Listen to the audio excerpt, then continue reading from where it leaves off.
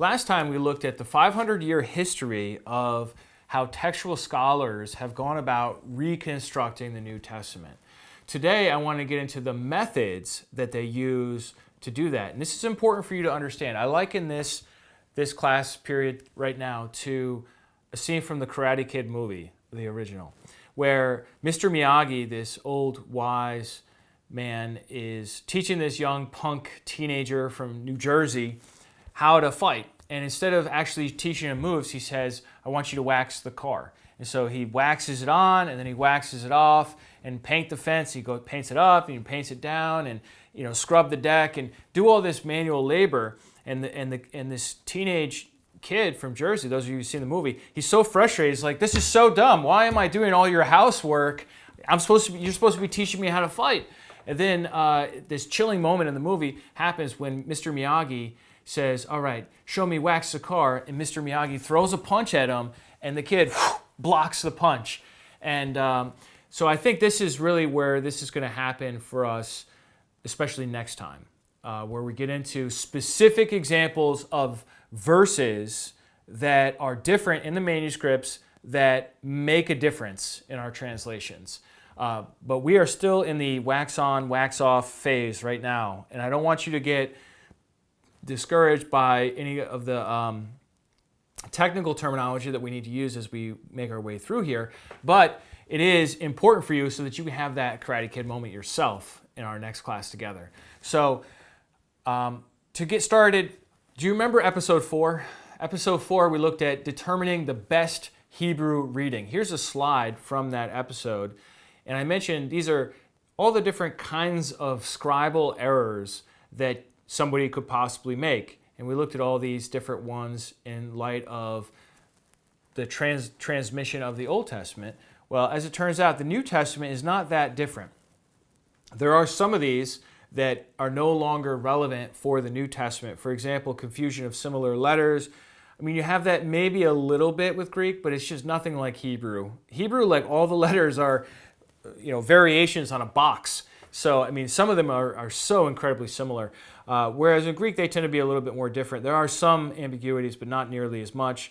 Word division is as much of an issue, or wrong vowels. The vowels are the same size as regular letters in Greek as opposed to Hebrew, which was originally written without vowels. And then euphemisms is not really something that comes up with Greek. So what do we have? We have abbreviations, the end of the word that looks the same, the beginning of the word that looks the same. We have skipping over some words or repeating some words. Transposition is moving words and letters around.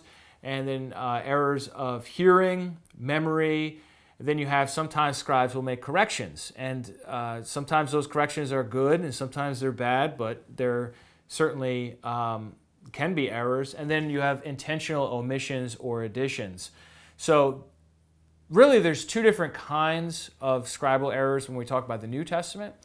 One is unintentional scribal errors, and the other is intentional scribal errors. And the intentional ones would be corrections and then omissions or additions. Philip Comfort puts it this way on the subject of conflation and interpolation. A conflation is the scribal technique of resolving a discrepancy between two or more variant readings by including all of them. For example, in John 1:34, some manuscripts read Son of God, and other manuscripts read Chosen of God.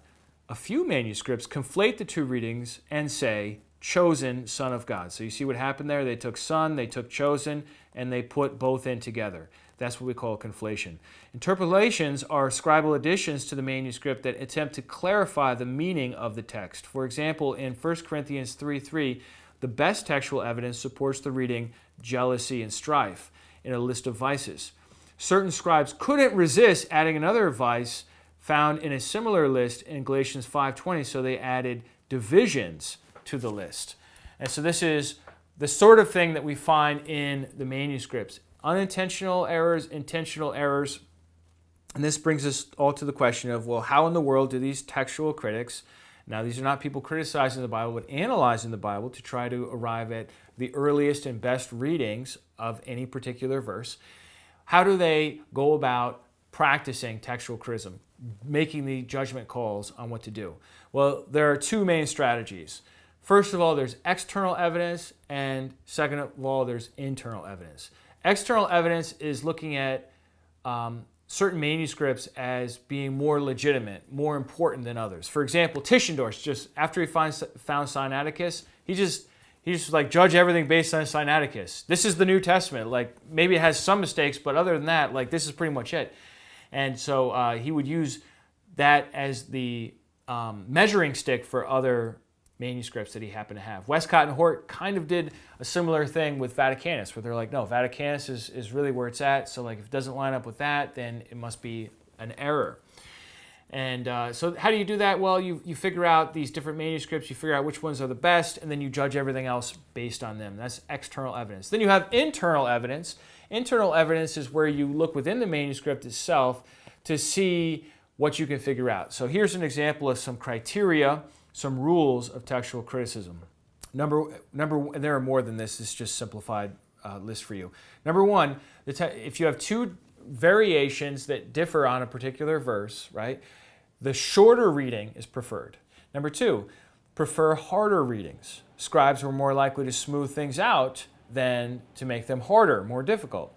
Number three, prefer a reading that accounts for others. If you have one reading, say the word Lord, and then you have some manuscripts that say Jesus, and others that say Jesus Christ, right? Which one would explain generating all of those into the manuscript tradition? So if you had Lord, that would explain why some people might say Jesus. If you had Jesus, would somebody go from Jesus to Lord? I don't know. You know, this is the kind of thing that you have to determine when you're doing this. Number four, preferring reading that conforms to an author's style and vocabulary. If you have a variant, let's say the example of Jesus Christ. Let's say in an epistle, everywhere else in the epistle it says Christ Jesus, or it just says Christ, or it says Lord.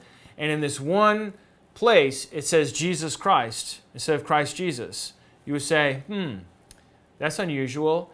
Now, if there aren't differences in the manuscripts, you wouldn't be bothered by it. It's just, it is what it is. But if you have other manuscripts that have Christ Jesus there instead of Jesus Christ, you'd be like, huh.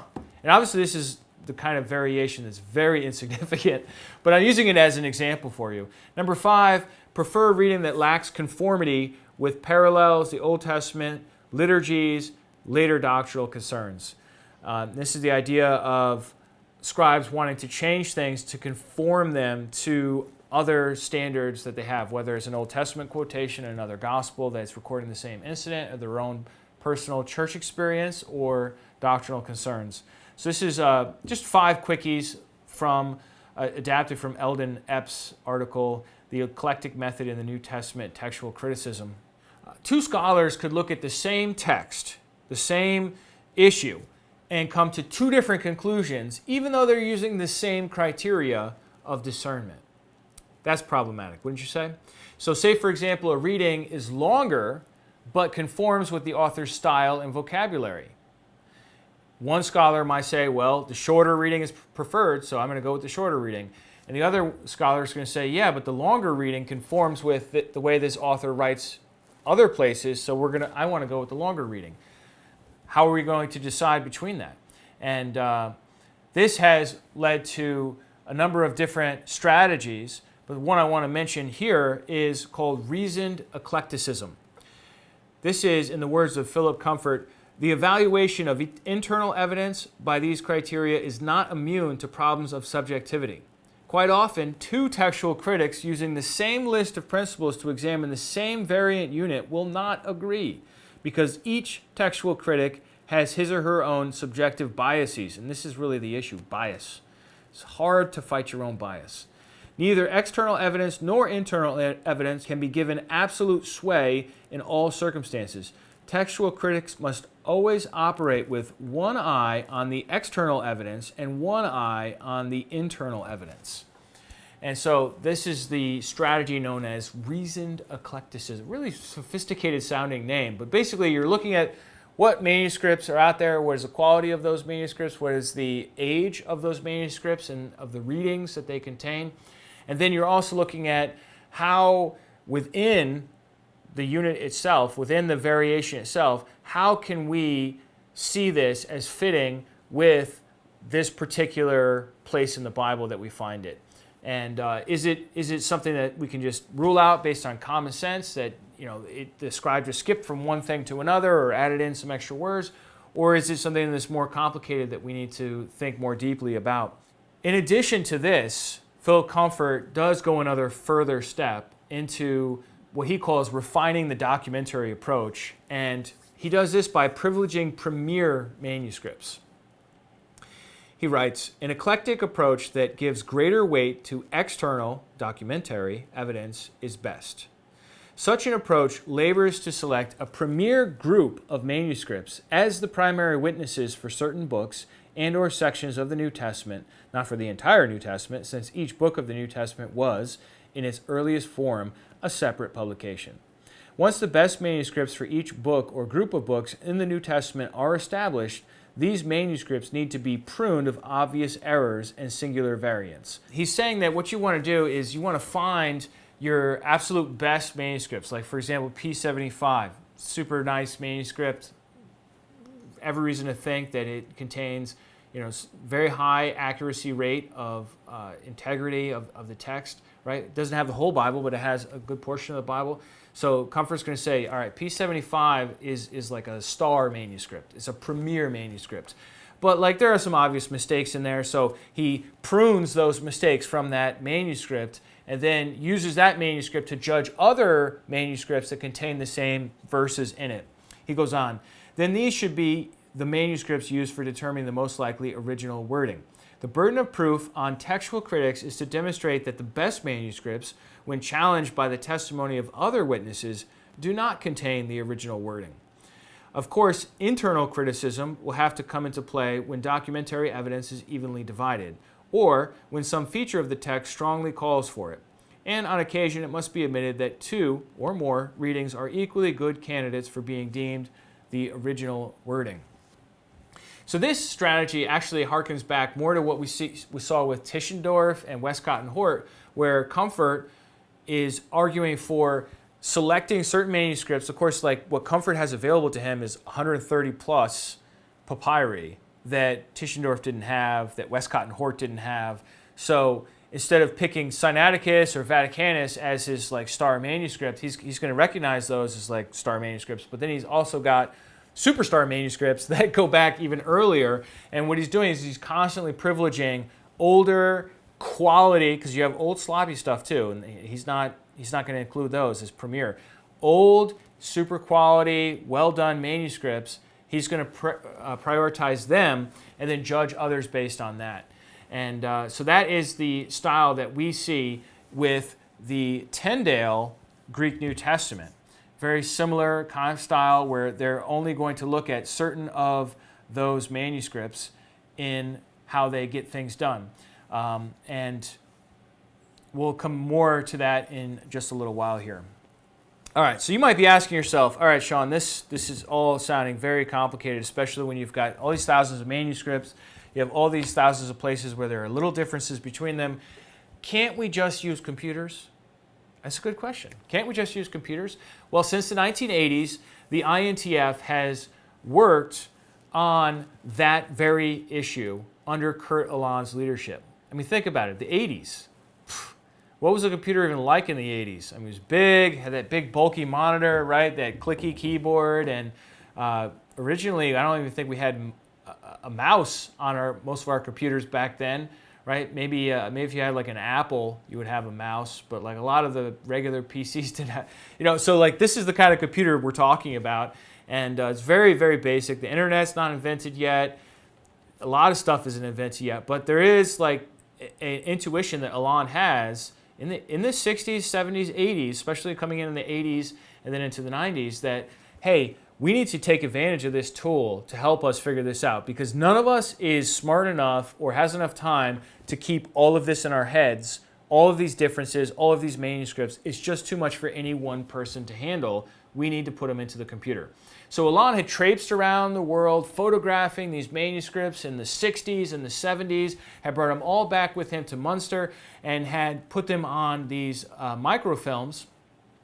But now his big idea, and the INTF's big idea, was, all right, let's transcribe them. Let's type these manuscripts in, because they're pictures, but we can type them in to the computer and use the computer to start help us collating, lining things up by verse, for example, with these manuscripts, and help us to figure out where, let's say we have a fragment and we're not sure what part of the Bible it goes to. We can use a computer can figure that out in like a few seconds. Whereas for a person, like if I give you like half of a word, can you tell me like every place in the New Testament that occurs? Right? That would be really challenging. And so they start using computers to help figure things out. And later on, the INTF developed a computer program to analyze the variants. And Barbara Alon supervised the publication of the first, what's called the Editio Critical Maior in the year 1997, the Epistle of James. And here's a little bit about that from their own website.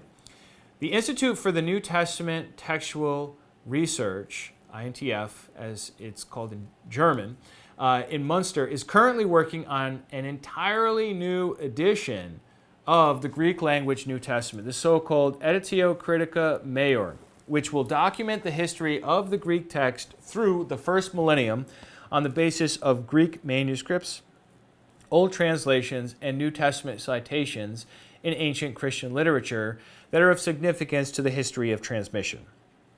This edition, therefore, also provides information for answering further questions. How does a text change over the course of history and why? How was a text received in the early Christian era?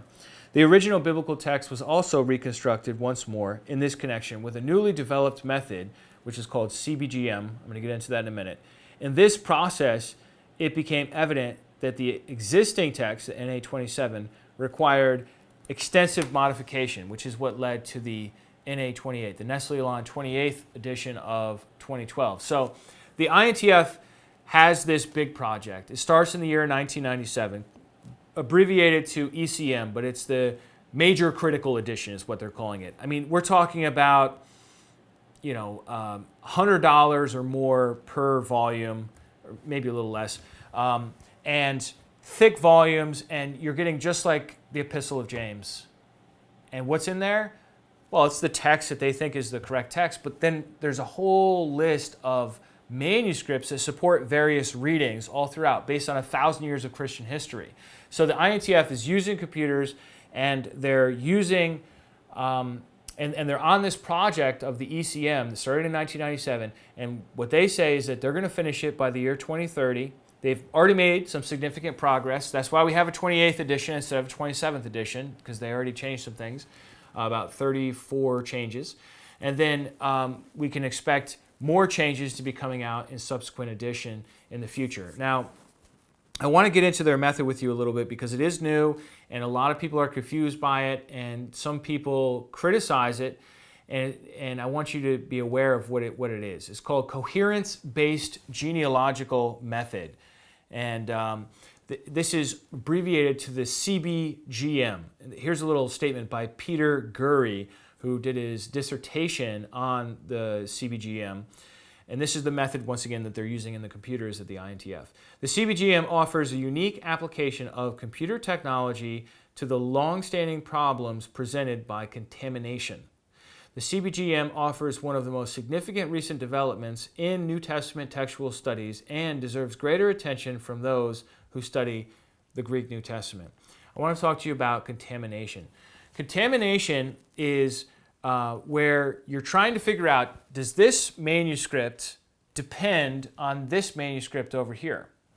It's all about genealogy, right? So how do you figure out contamination? Contamination is where you can't say this one just depends on this other one here because this manuscript actually has dependencies on 3 different manuscript traditions, because let's say he used the Gospels from one manuscript, but that manuscript didn't have the Epistles of Paul in it. So then he used a different one for the Epistles of Paul, or maybe use 2 or 3 or 4 different manuscripts to create his manuscripts. That's what we call contamination. So we're not talking about mistakes or anything like that. We're talking about a confusion of the transmission that makes it hard to figure out, wait, which one of these was before the other one? Because a lot of times we really don't know that.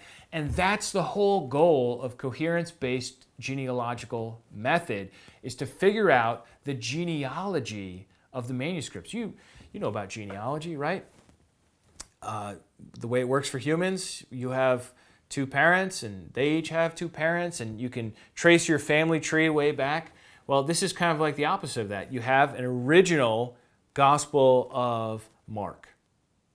Then that gospel was copied, and multiple copies were made. Many of those didn't survive. I don't think any of those survived, to be honest, but who knows. And then copies were made of those copies, and then copies were made. So if you think about it, when it comes to New Testament manuscripts, there are ancestors and descendants. And so what these scholars are doing with the computer is they're using it to figure out, how do we trace the text backwards to its initial text? That's the term they like to use for that.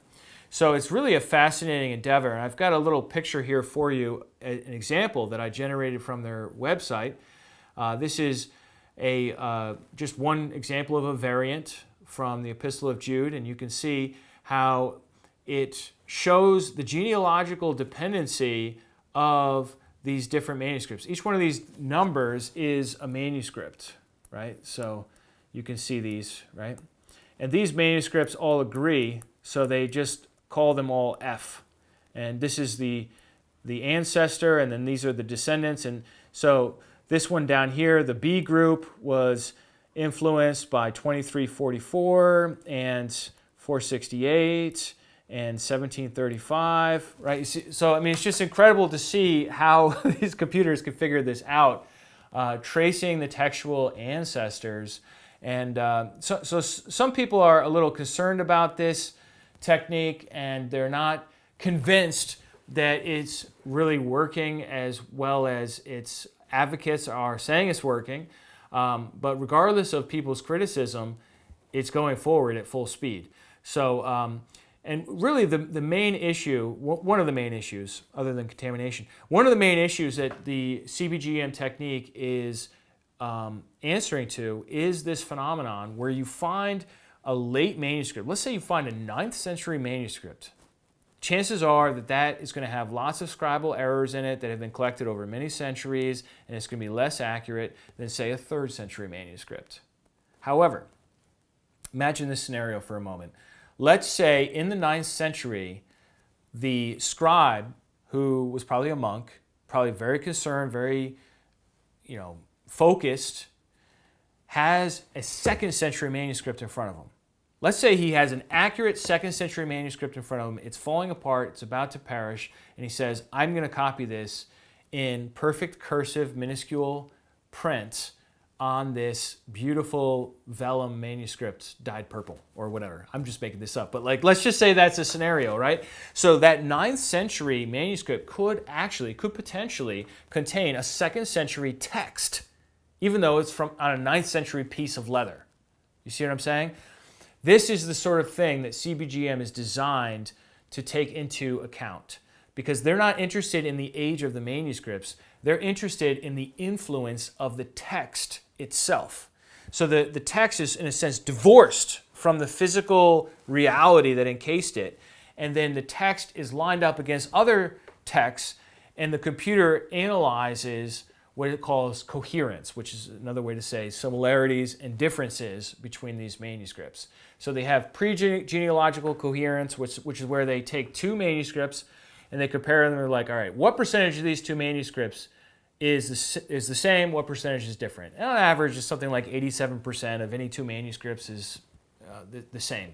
But then they look at that 13% and they're like, all right, so let's go case by case and see, in each case where there's a difference, can we establish a direction, what's called a stemma, a direction of flow? Is this manuscript more likely, is this reading in this text more likely to be an ancestor or a descendant of this other text?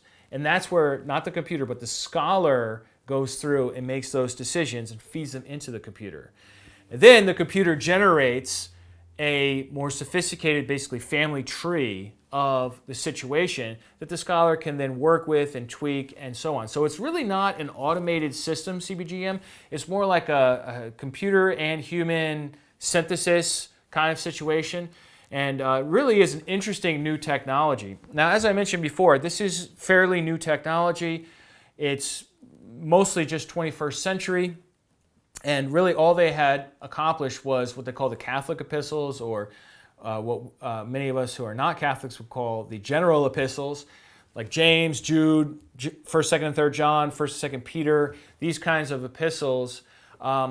They have finished working through those, and as soon as they did finish working through those, it prompted the next version of the Nestle Aland text. Okay, so versions 1 through 27 of the Nestle Aland, going way back to the early 20th century, right up until the end of the 20th century, these were all done by humans. Okay, and then the 28th edition, which the only changes are in these general epistles, that was done with a human computer working together using this method called Coherence Genealogical based method. So it really is interesting. You can get access to it for free online, and you can play around with it. It's not the easiest website to work with. It's definitely made for super nerds that have the patience and the time and don't need like instructions and pretty icons and things like that.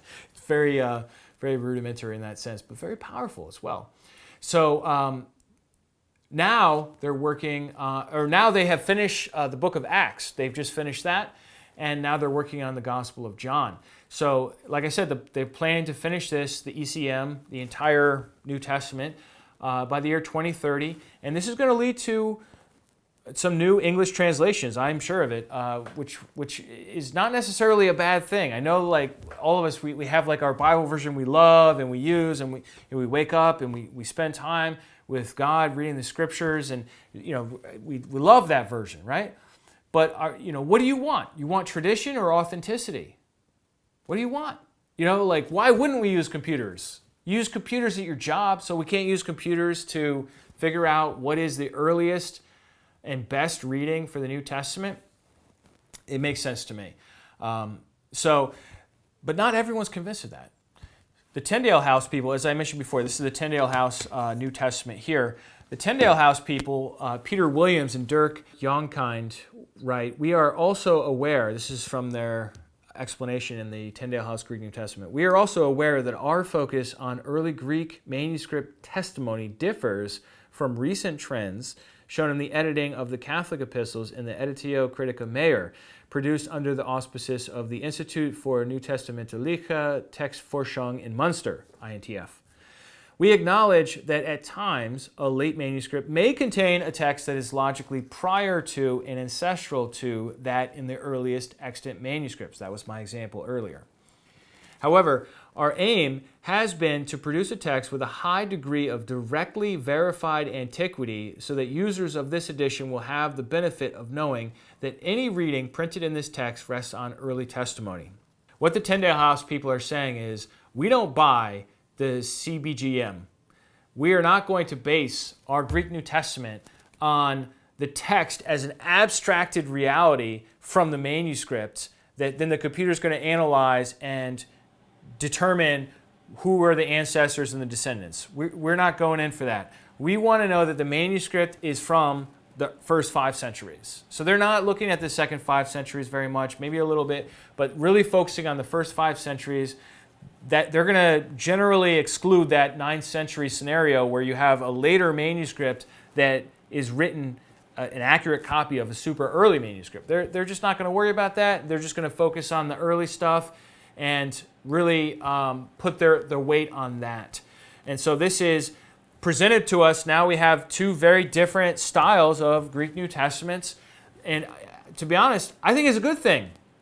I think it's a good thing to have competition and to have people approaching it from different angles.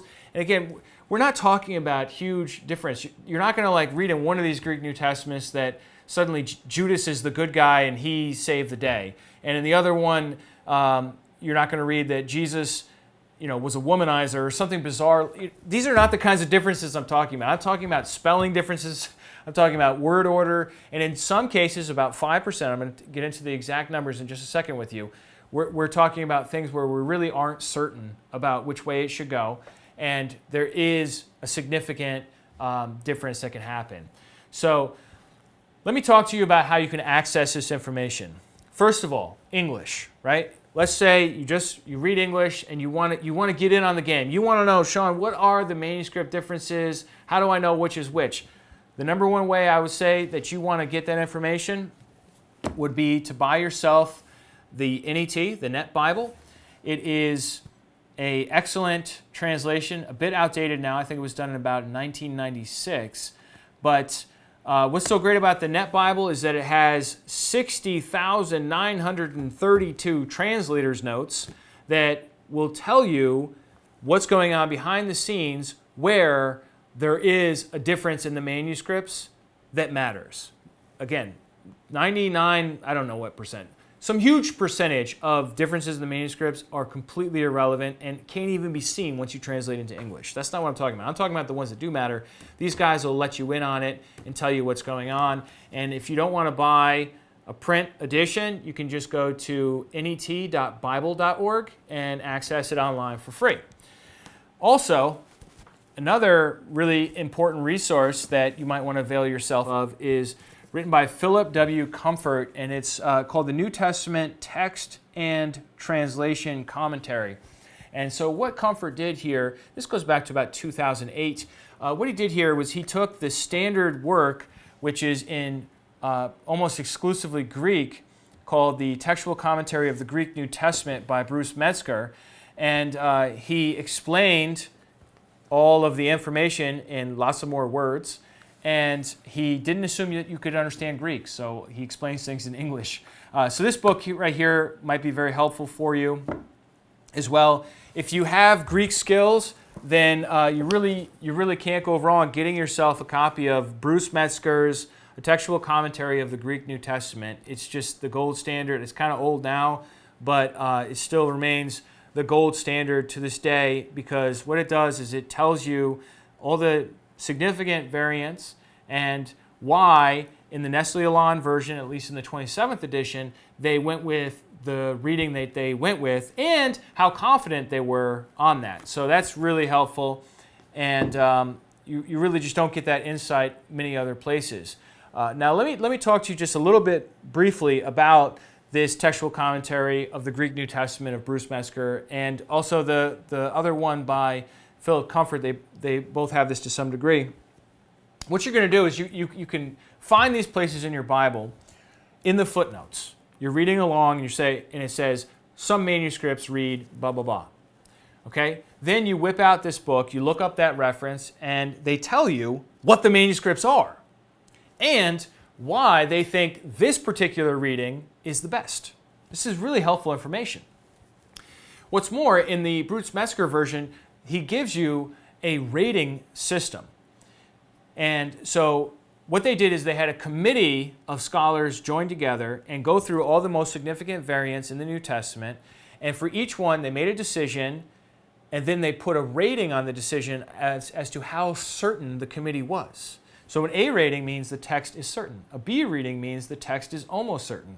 A C rating is the committee had difficulty in deciding which variant to place in the text. And a D reading occurs only rarely, only 9 times in the entire New Testament, and it indicates that the committee had great difficulty in arriving at a decision. These ratings tell you how confident they were which manuscripts were correct in any given case. So, for example, in the New Testament, there are 7,941 verses, and out of that, this book only contains 378 variants that are rated at C or D. In other words, 4.8% of the New Testament, there's any question about certainty. The other 95.2%, they're like, yeah, we know what it means. We know what it says. There's not a question here. So I don't want anybody freaking out. And it's only 0.6% where they give it a D rating. They're like, we don't really know which way. But these are the places where in your Bible you're getting those footnotes, and they're saying other manuscripts read. And so we have the information. It's just a question of how can we be sure which way to go in that 0.6% or that 4.8% if you want to include the C readings? Now, I realize that was a lot of information, but I'm convinced that the New Testament that we have right now and that is coming out in subsequent years as more of this work is done, and what we already have, is actually better than what anyone had access to 1,000 years ago, or even 1,500 years ago.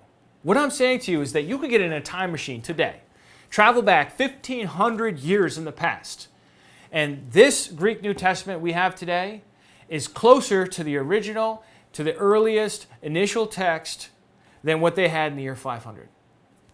Well, Sean, how could that possibly? They were so much closer then, right? Yeah, but they didn't necessarily have access to all the different information then. If you lived in one place, you had whatever that one place had. Now we have access to information from a lot of different places, and especially we have access to information from the 2nd century, from the 3rd century, from the 4th century. We have hundreds of manuscripts from this period. So yeah, our New Testament is in better, I know it's the 21st century, but it's in better shape in the 21st century than it was in the 5th century. I don't know how far you can go back, because eventually you're going to get to people that actually had really, really close Bibles to the time of the apostles. But I don't want you to lose heart. Our Bible's in great shape. It's really incredibly preserved with so many different copies. But at the same time, this work does continue on, and we are refining and refining and refining, making these little adjustments, getting closer and closer to what the apostles originally had produced and then was copied down. Now, next time we're going to look, this is the wax on, wax off moment. Next time, we're going to look at 2 important corruptions in the New Testament that you need to be aware of. And depending on what your background is, you might not even be aware of them, because most modern translations don't have these anymore. But they're super important, and they will very helpfully illustrate all this stuff about manuscripts and textual criticism in a really helpful way. And that's 1 Timothy 3:16 and 1 John 5:7. So stay tuned for that next time in our continuing quest to understand how we got the Bible.